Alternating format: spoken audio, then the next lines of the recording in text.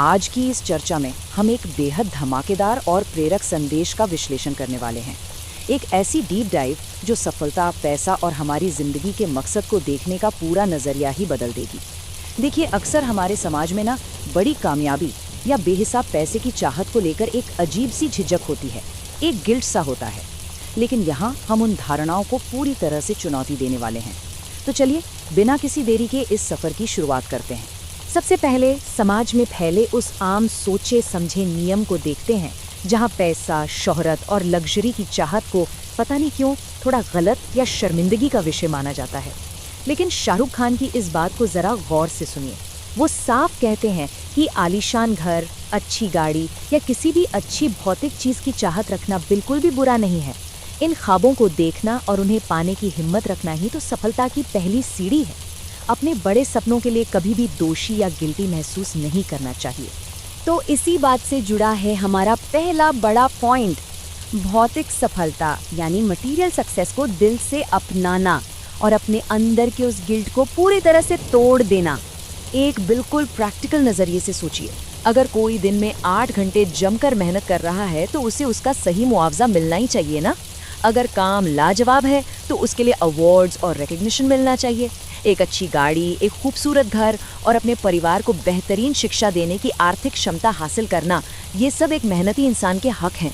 सफलता तो आखिर तभी महसूस होती है जब आपकी मेहनत का नतीजा आपको ठोस मटेरियल रूप में सामने दिखाई दे। हमें बचपन से अक्सर सिखाया जाता है कि पूरी जिंदगी सिर्फ समाज सेवा में लगा देनी चाहिए, राइट? लेकिन यहाँ एक बेहद प्रैक्टिकल और थोड़ी अलग सलाह मिलती है। सलाह ये है कि पहले बाहर निकलो और जिंदगी से वो सब कुछ हासिल करो जो तुम चाहते हो। क्योंकि सच्चाई ये है दोस्तों कि खुद को फाइनेंशियली मजबूत किए बिना दूसरों की बड़ी मदद करना लंबा नहीं चल पाता। इसलिए सबसे पहले अपने सपनों को पूरा करना और अपनी बुनियाद मजबूत करना सबसे ज़रूरी कदम है। अब बढ़ते हैं दूसरे पॉइंट की तरफ। दौलत तो आ जाएगी, लेकिन उसके पीछे का उद्देश्य क्या होना चाहिए? एक इमोशनल एंकर होना क्यों ज़रूरी है? मटेरियल चाहत के पीछे कितना पवित्र और डीप जज्बा हो सकता है, इसकी एक खूबसूरत मिसाल यहाँ मिलती है।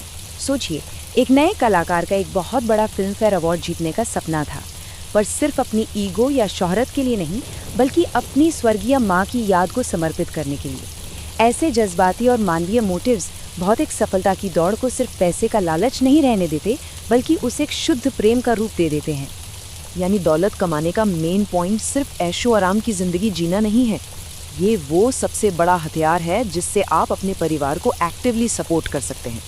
पहले अपनों का ख्याल रखना, अपनी बहनों को पढ़ाना, और जब अपना आधार पूरी तरह से सॉलिड हो जाए, उसके बाद इस दुनिया को बेहतर बनाने के बारे में सोचना। यही एक सक्सेसफुल लाइफ का सही क्रम है।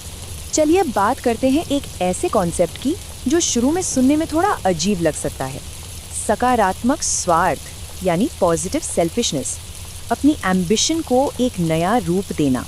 देखिए, सेल्फिश शब्द सुनते ही हमें लगता है कि कुछ नेगेटिव हो रहा है, पर यहाँ एक बहुत बारीक फर्क समझना जरूरी है। जहरीला या टॉक्सिक स्वार्थ वो होता है जहाँ आप किसी और के हारने, गिरने या नुकसान की कामना करते हैं। लेकिन पॉजिटिव सेल्फिशनेस पूरी तरह से खुद पर फोकस्ड होती है।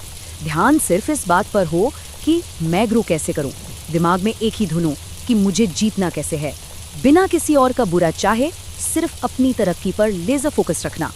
सच में ये एक सुपर पावर से कम नहीं है। और ये सक्सेस लाई कैसे जाती है? इसका एक मैनिफेस्टेशन प्रोसेस है। दुनिया में किसी भी फिजिकल चीज के बनने से पहले उसका निर्माण आपके दिमाग में होता है। सुबह उठते ही अपने माइंड में सफलता का एक क्लियर चित्र बनाना और सकारात्मक विचार रखना, ये पहला कदम है। मेंटल क्रिएशन पहले होती है। जब तक कोई चीज़ आपके दिमाग में पूरी तरह से नहीं बन जाती, तब तक वो इस फिजिकल दुनिया में सच्चाई का रूप ले ही नहीं सकती। लेकिन क्या सिर्फ सोचने से सब मिल जाएगा? नहीं, एब्स्ट्रैक्ट मोटिवेशन को लगातार फ्यूल चाहिए होता है। तो चलिए उन डेली आदतों को देखते हैं जो इस माइंडसेट को शार्प रखती है।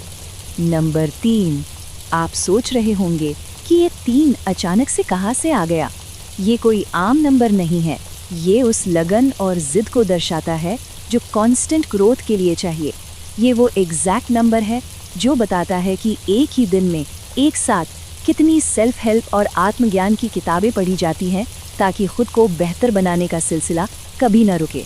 और ये पढ़ने की आदत सच में नेक्स्ट लेवल है। एक किताब गाड़ी में रखी है हैवी ट्रैफिक में टाइम निकालकर पढ़ने के लिए, एक ठीक बेड के पास सोने से पहले रात के समय के लिए, और यहाँ तक कि एक किताब बाथरूम में भी रखी जाती है। एक व्यस्त दिनचर्या में जहाँ भी जैसे भी समय मिले बस सीखने और पॉजिटिव रहने पर जोर देना।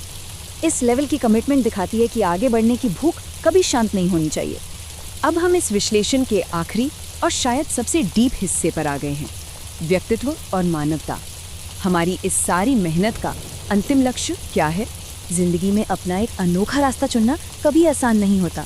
अक्सर हमारे पेरेंट्स जो हमसे सबसे ज़्यादा प्यार करते हैं वही एक सेफ और ट्रेडिशनल रास्ता चुनने की सलाह देते हैं, जैसे कि बस पढ़ाई करो और सेफ रहो। लेकिन ऐसे वक्त में भी ना अपने आप पर और अपने अंदर की उस आवाज़ पर जो आपको सच्ची खुशी देती है अटूट विश्वास रखना बेहद ज़रूरी है। दुनिया कुछ भी कहे, सेल्फ बिलीफ फियर्सली मेंटेन करना पड़ता है। और आपको पता है लाइफ में द रॉन्ग गोल क्या है? किसी और के जैसा बनने की कोशिश करना, दूसरा शाहरुख खान या एक्स या वाई बनने का ट्राई करना। इसमें सिर्फ थकान है। सही लक्ष्य, द राइट गोल, है पूरी तरह से ऑथेंटिक रहना, बिना किसी हिचकिचाहट के वही करना जिसमें सच्ची खुशी मिलती हो। किसी और की तरह बनने से बहुत बड़ी बात है अपनी खुद की सुंदर और अनोखी पहचान को समझना और एंजॉय करना।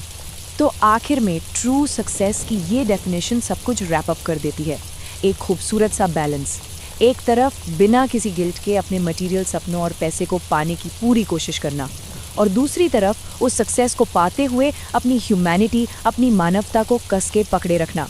जब आपकी खुशी और आपके सपने किसी न किसी तरह इस समाज को और मानवता को थोड़ा सा बेहतर बनाएं, बस तभी उस जीत को पूरी तरह से सार्थक माना जाता है। जाते जाते हम इस चर्चा को एक आखिरी और गहरे सवाल पर रोकते हैं।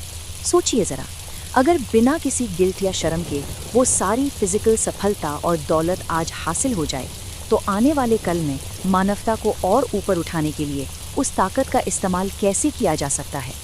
ये एक ऐसा सवाल है जो एम्बिशन और वेल्थ को देखने का हमारा पूरा नज़रिया ही बदल देता है। इस पर ज़रूर सोचिएगा।